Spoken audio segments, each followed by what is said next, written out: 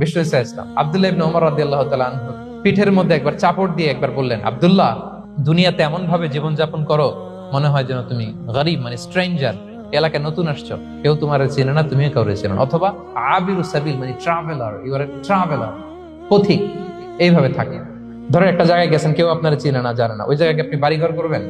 কারণ তো চিনেনই না, এটা সেফ এলাকা, তাও জানেন না, টাকাও তো নিয়ে আসেন নাই, বাড়িঘর করবেন, কিছু করবেন?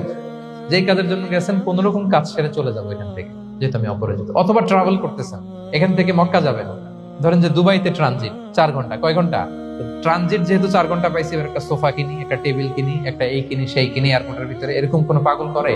তাহলে এই 4 ঘন্টা ট্রানজিটে কি করে? এই চা খেতে খেতে, মসজিদের ভিতরে 2 রাকাত নামাজ পড়তে পড়তে, ওয়েটিং এরিয়াতে বসে পত্রিকা পড়তে পড়তে কোন রকম কাটায় দেওয়া, কি বলেন? নাকি ওইখানে সোফা টোফা, বাড়ি ঘর, এটা সেটা কিনা শুরু করেন 4 ঘন্টার জন্য? এরকম কোন পাগল আছে এরকম? না। আবিরু সাবিল। আহা, দুনিয়াতে এভাবেই বসবাস করতে হবে, গরিব ও আবিরু সাবিল, স্ট্রেঞ্জার অর ট্রাভেল।